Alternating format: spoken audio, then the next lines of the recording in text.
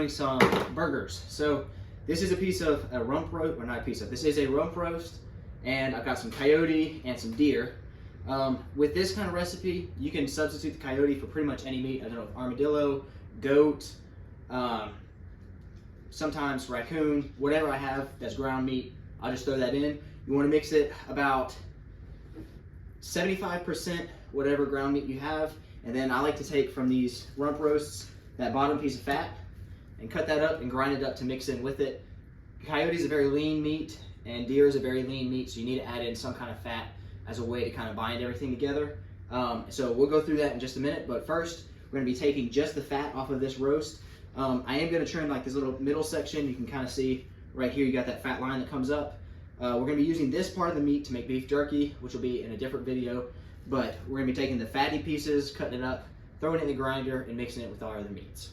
All right, so what I've done here is, you see, I'm not really trying to skimp out and get all these little pieces, although I could, like that could be a piece of jerky, but this is all getting ground up, so having a little bit of beef in there is actually going to help the burgers. It's not going to hurt it.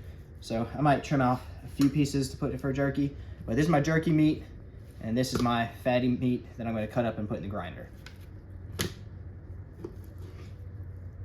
All right, so first we're going to start off with the deer meat. We're going to grind it all up. This was frozen and then thawed out. That's why it's this color. Oh, well, there it went. But I'm going to go ahead and grind all this up. You want to put a good bit of red meat when you're doing burgers. You can do something like pork or something else that's not really like beef-like, but it's best to use something that's beef-like. Coyote is a very lean meat. This is a very lean meat, so you got to add that fat in later.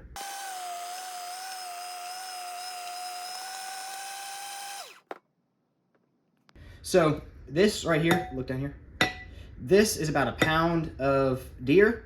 I'm going to put about, I don't know, it's probably pretty close to a pound of fat. And then I'm going to mix that with 2 pounds of coyote.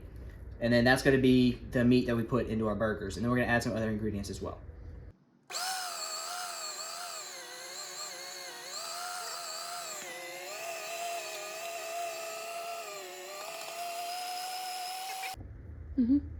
All right, so just like with the last video when I made the queso, a good way to get the rest of that meat that's unground down here is to just take some meat from your bowl and then push it down here, and then that'll make sure that you get all of it out.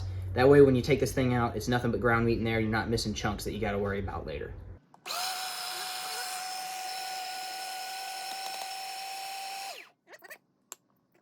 All right, so I've chopped up 1 whole onion, and I'm going to grind that in, as well as 3 little cloves of garlic.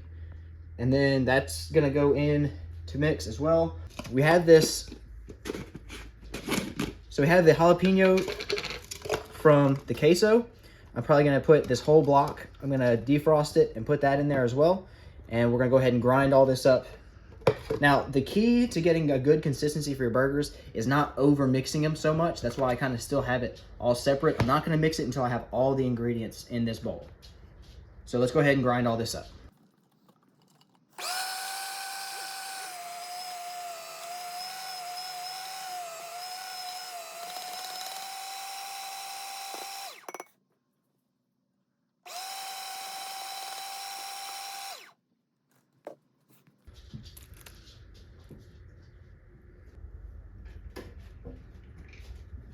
All right, for seasonings, we're going to use good old Tex-Joy. I use this on pretty much everything. A little bit of pepper, a little bit of salt, a splash of Worcestershire sauce, and a splash of liquid smoke.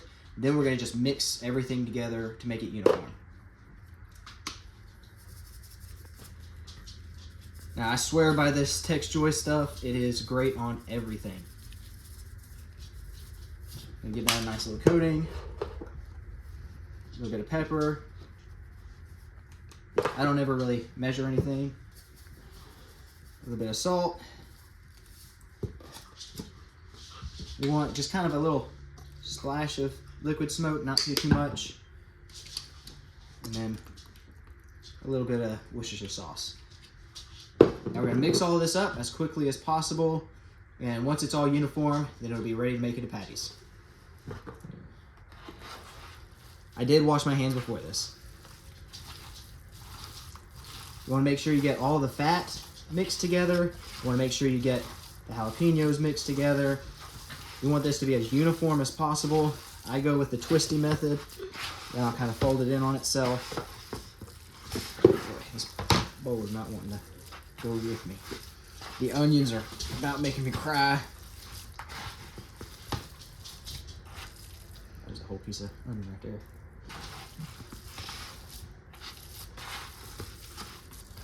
This works with pretty much any kind of ground meat. I always put in a bunch of beef fat just to make sure that it's gonna be nice and kind of, I hate to say it, kind of greasy.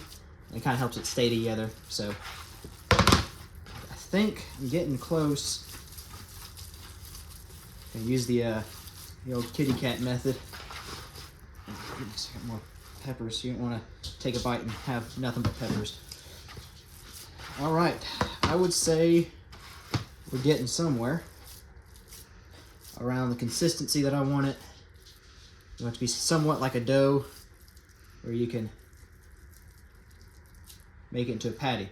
So what I'm gonna do is I'm gonna make a little test patty, cook it on the grill, or actually on the stove, and then I'm gonna see if it needs anything, if it needs seasoning, if it needs a little bit more beef, then I can take some of that beef, but I think it's probably good, so I'm gonna go ahead and cook one as a test.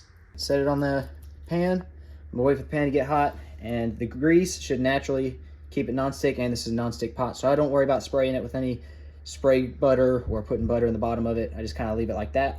Now, when I am cooking them to put on the patties, I do cook them and put a little splash of Worcestershire sauce in the bottom of the pan to cook it in, and I flip it in that Worcestershire sauce, and that adds a bunch of flavor. But we're gonna go ahead and cook this and then come back when it's done. So when you're cooking with any kind of roadkill meat, I call it roadkill meat, like coyote, armadillo, possum, anything that's not your typical beef, you do want to make sure you cook it all the way, make it well done. You don't want to risk any foodborne illnesses. Lots of the animals that you don't typically eat are going to carry diseases just like chicken or pork could if you undercook it. So always make sure you cook it well done. I had to heat a little bit too high, so it's kind of burning before it's cooking all the way through. But this little test patty is turning out pretty good. All right, so this one's looking pretty done. I'm gonna stick it on a plate and let it cool for a second. You wanna let your burgers rest after you're done cooking them. It helps seal in the flavor, and it's just, in my opinion, one of the best things to do once you're cooking any kind of meat is just let it rest for a little bit. So we're gonna put it on a plate, let it rest, and then take a little taste test. All right, taste test.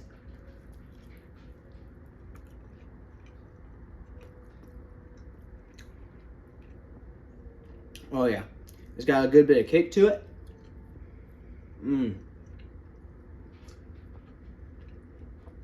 It's good. Now, if you can tell, it stays together pretty well, so it makes a good patty. It's a little bit tougher because I think it's because that coyote is just a naturally chewy meat. At least whenever I've cooked it, it has been. Oh, but it's good. It's got a good bit of smoky flavor, both from the jalapeños that were smoked and also that dash of liquid smoke. I think once you add your other ingredients, and I didn't cook this one with any Worcestershire sauce, I think once I do that with those other patties, it's going to be phenomenal. It's got just enough heat for me. Here, taste. I will allow you to speak now. It's good. All right, so I'll let you have that one too. Uncle. I'm a good and loving husband. Proof. What's your thoughts? It's good. It's good. It's got enough kick now. When I made that queso, the cheese offset the heat a lot. That was probably 2.5 jalapenos worth. And I definitely taste it. It's good. Now, as a bonus, you'll see there's a good bit of juice left in there. When you're cooking these patties and you're done in the pan with the patties, you can put some eggs in there and cook them in that liquid, and it is phenomenal. Best eggs you'll ever eat in your life. Just put some eggs in the bottom after you're done cooking your burgers. You can put that on top of your burgers if you want. You can put them in the fridge for the next morning's breakfast. It is amazing. So let's go ahead and get started on making the actual patties. What I like to do is I like to put a cutting board and make my patties. And then whatever I'm gonna eat tonight, I'll make those patties out and cook them immediately, and then I will freeze the rest of them in a Ziploc bag laid out flat. That way, when I want to eat them again, I can take the Ziploc bag out, cut it into quarters, and then put them on there. Now, keep in mind, when you're cooking your patties, they're gonna start like this, and they're gonna end up like this. They shrink a lot whenever the cooking's happening. So keep that in mind, but let's go ahead and get some patties made. All right, so what I like to do is I like to get a chunk that I can loosely fit in my hands like this. You don't want to press it too much. You just want it to loosely fit like that. Plop it down, flatten it out. I like to kind of round the edges out a little bit. For a burger this size, the thickness is, I'm not great with measurements, but it's not very thick. If you make them thick, they actually kind of like rise up a little bit. So this thing will shrink down and wide. So I want to get it thin and very wide. I get it about the size of my hand, maybe a little bit smaller than the length of my hand. But that right there is a pretty good sized patty, and that one would be ready to cook. Now to do the rest of them. All right, so I've got my 4 patties that we're gonna eat tonight, and then this is just kind of a sheet of patty meat. So I'll put this in the freezer. Optimally, if you're gonna be able to eat it that same day or the next day, then you could cook them first and then put them in the refrigerator, or just cook them the next day. The beef that we bought was actually about to go bad, so I want to go ahead and freeze this because I don't think I'm going to eat it tonight or tomorrow, because that's going to be our lunch tonight, and then we got something planned out for tomorrow. But this, if you cut it in 4 sections, it basically is about the same size as one of those patties. Now it might be Wendy's style with the square patties, but it'll be good, and that's a good way for you to save leftovers for another time. So with the amount of meat we used, it was about a little under a pound of beef fat, a little under a pound of deer meat, and then 2 pounds of coyote meat, and that made enough for 8 large burgers. Now you could make them smaller for like small buns, and then that would be a lot more of them, but that's 2.5 peppers, which are optional. If you don't like spicy, then you don't have to put those in. I'll put a list of ingredients on the screen now, but that serves 8 people, or if you want 2 burgers each, which I'm kind of a 2-burger type of person, then that's about 4 servings. So yeah. So I'm gonna stick this in the freezer and then get to cooking these.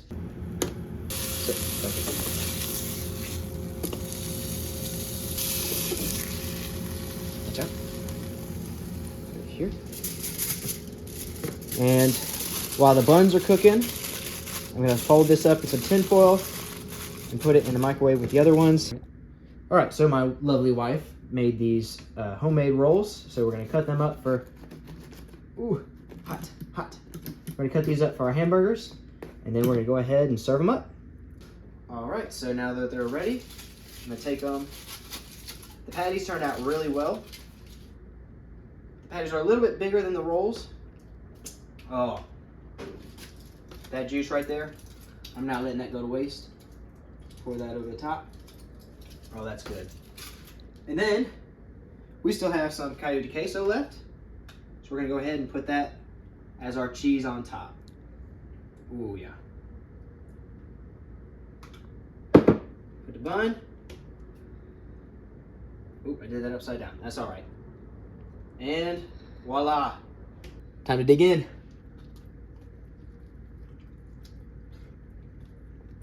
Oh.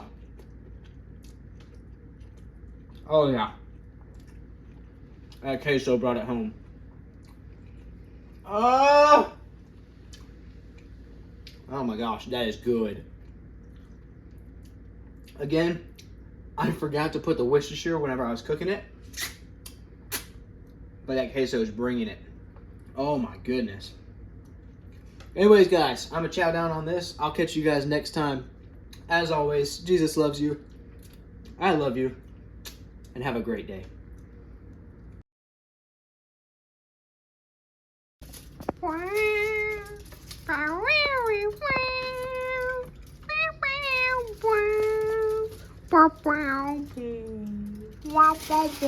Wow.